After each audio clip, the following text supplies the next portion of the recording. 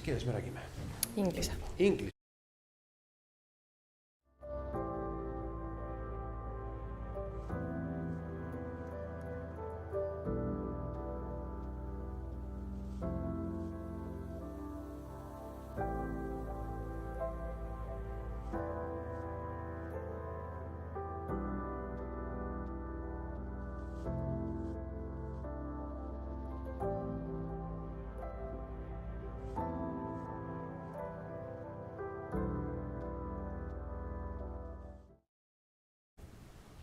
Good afternoon and welcome to the press conference by Foreign Minister of Estonia, Urmas Reinsalu, and Foreign Minister of Finland, Pekka Haavisto. We will start with the statements from the ministers and then we'll take questions. Foreign Minister Reinsalu, please. I'm so glad to receive my Finnish colleague here. And there is no, in friendship between Estonia and Finland, there is no free air for a centimeter even. And I remembered this Finnish government hosted a joint government session last autumn, which was very productive and gave a new set of ideas to our bilateral relations. And also, we discussed today on issues concerning our region security, concerning also the Finnish accession to NATO. And Estonia is a devoted supporter to Finnish accession to NATO. And we hope that in diplomatic dialogue, the issues which have arisen and could harm the smooth process will be solved. And let me condemn all these provocations which have taken place and which are harming, obviously, particularly the security in our region. And also we discussed the support to Ukraine. I informed also my colleague on Estonian additional delivery of weapons.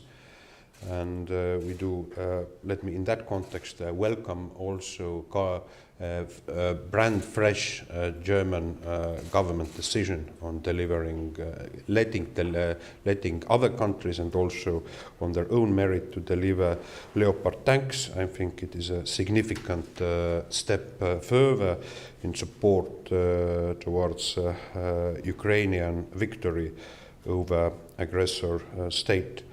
And we also discussed how to support Ukraine, how to enhance our cooperation regionally, Baltic-Nordic dimension, and also on accountability of war crimes, aggression crimes, and issues of getting a new altitude of restrictive measures against aggressor state Russia.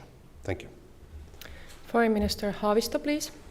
Thank you, and it's good to be here in Tallinn, and thank you, Urmas, for invitation. Of course, we meet regularly in the EU context and pick the phone quite regularly among us, but it's always good to see face-to-face and discuss more detailed the issues. And of course, our bilateral agenda between Finland and Estonia is very wide. And thanks to the recent report on our future cooperation possibilities, I think our cooperation will just be enhanced also in the future. In future, we are also NATO allies together with Sweden and looking already forward, of course, the Estonians' experience on NATO, your wisdom on the security issues. And of course, we want one more time to thank you for the very rapid ratification of Finnish and Swedish applications to NATO. We are in a situation that we have 28 ratifications and 2 are missing, Hungary and Turkey, and we are all working to get the final ratifications and to get our membership in NATO advanced. We also are friends on the whole Baltic Sea region. We have the Nordic-Baltic 8 group. We were together as ministers in Kiev visiting end of the last year, and again thanking Urmas for your initiative, and you have been the motor behind many of the initiatives in this Nordic-Baltic cooperation. And of course we have a common interest to support Ukraine against the unlawful attack of Russia. We know that Estonia has been using a lot of resources to that. You have many people of refugees from Ukraine. So thank you for all that work. Finland decided last Friday to give additional package of military support to Ukraine worth of 400 million euros. So it's our biggest package, the 12th military package to Ukraine. And of course, we are also now decided to take part to this EU military assistance mission in support of Ukraine and EU MAM. We will have around 50 soldiers in this education task, training task for Ukrainian military.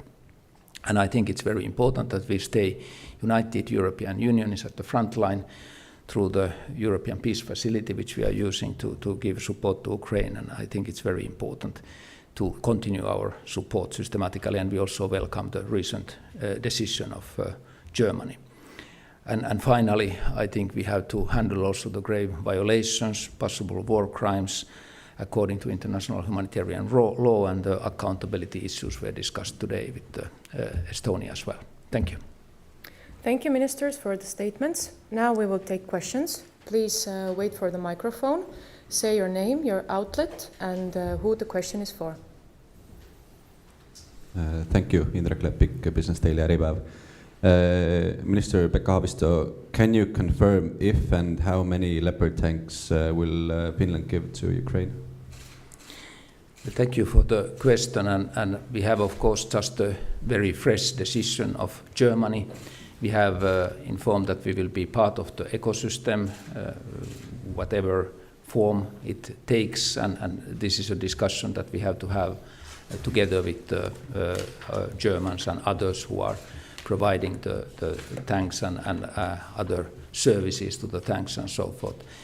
There is issues like training of the drivers and many other issues that has to be taken care of. So at the moment there is not exact data on that. That will be decided a little bit later.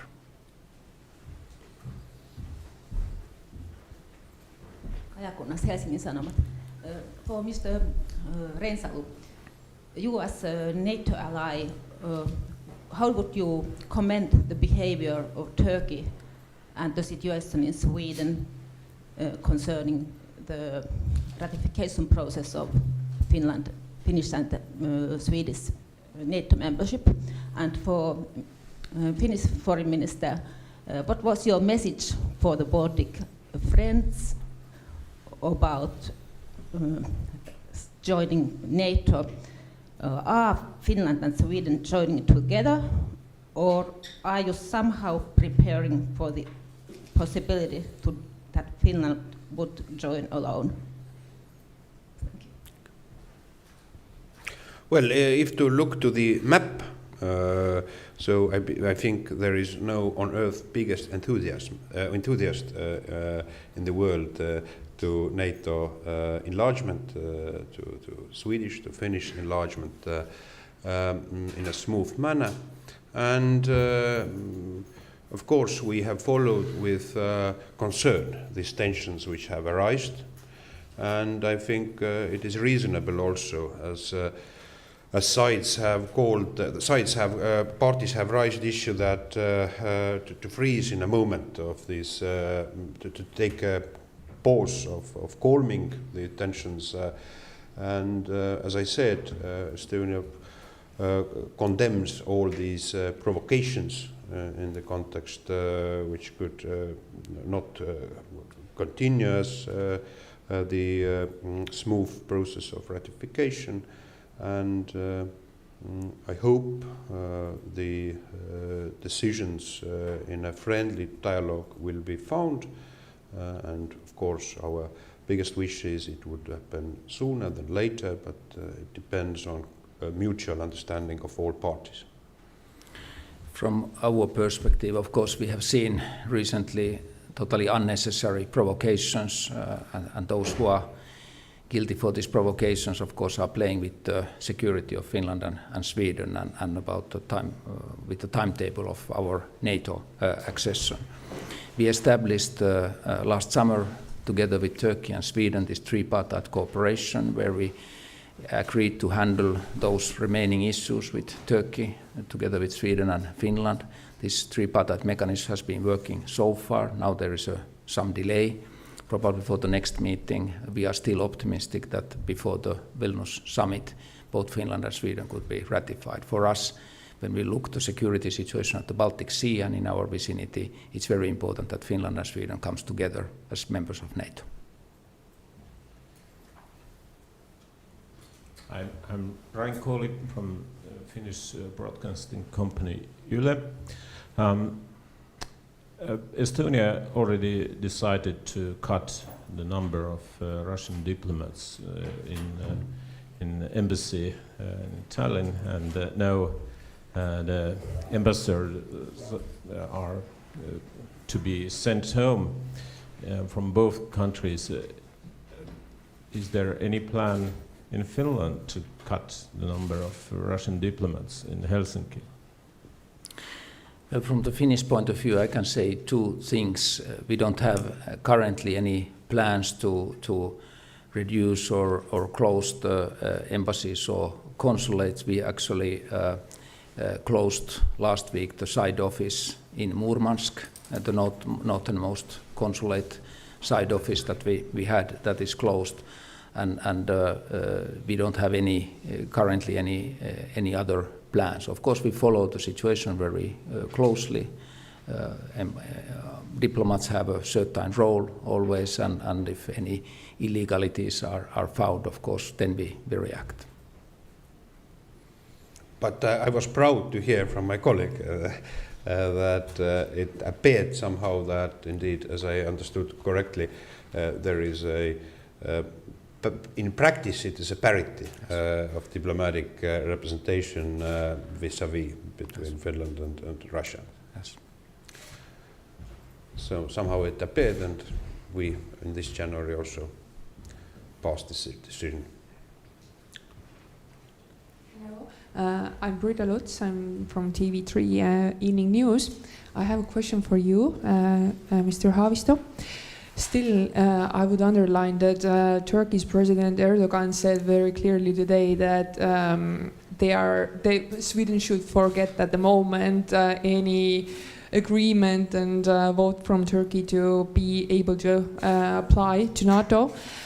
What if, in the worst case, if Erdogan, for example, sticks to this opinion, would Finland ever continue the application process alone?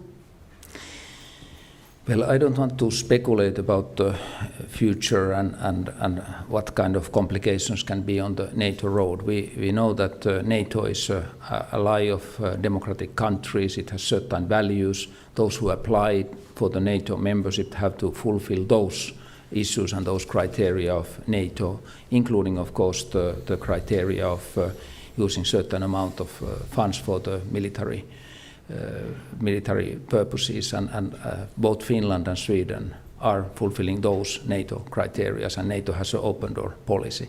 Then, as said, last summer we agreed on additional issues with Turkey regarding the fight against the terrorism and so forth, particularly on the PKK, which is a terrorist organization, forbidden organization in Finland and in Sweden. Both of our countries have fulfilled those criteria, in my understanding, have making important steps based on the last summer trilateral agreement or memorandum and so forth. And this is where we are, and I think we should be treated equally. And we, of course, hope that things are developing to the right direction during the spring and beginning of summer. Do we have any more questions from the audience? Mait Ots, Estonian Public Broadcasting. Estonia has announced intentions to freeze Russian assets in our country. What is Finland's position on this topic? Well, on this accountability and freezing of the assets, we have, of course, the political goals expressed by politicians, and then we have a crowd of lawyers investigating what is the legal way of doing these things. And I think our challenge is to find best possible way where political goals and legality finds each others on these issues. And I think it's probably from Finnish perspective is the best if we can do it in the European Union level and even on the G7 level this cooperation, then it's most effective one, and we are still looking the best possible solutions. But definitely there's the political support to the idea, but we want to find also the most effective ways to implement it. We had one more from the first row. Hi, I'm Karina Holmberg from the Swedish Broadcasting Corporation. A question to Mr. Haavisto. I just wonder what would happen if Turkey ratified the Finnish membership and not Sweden. How would you handle that? Would you like say no thank you, or wait a minute, or what would happen? Well, of course, our goal is that we could come at the same time NATO members. And of course, the NATO membership comes when your country is ratified and when you finally bring your documents to Washington to be saved there and so forth.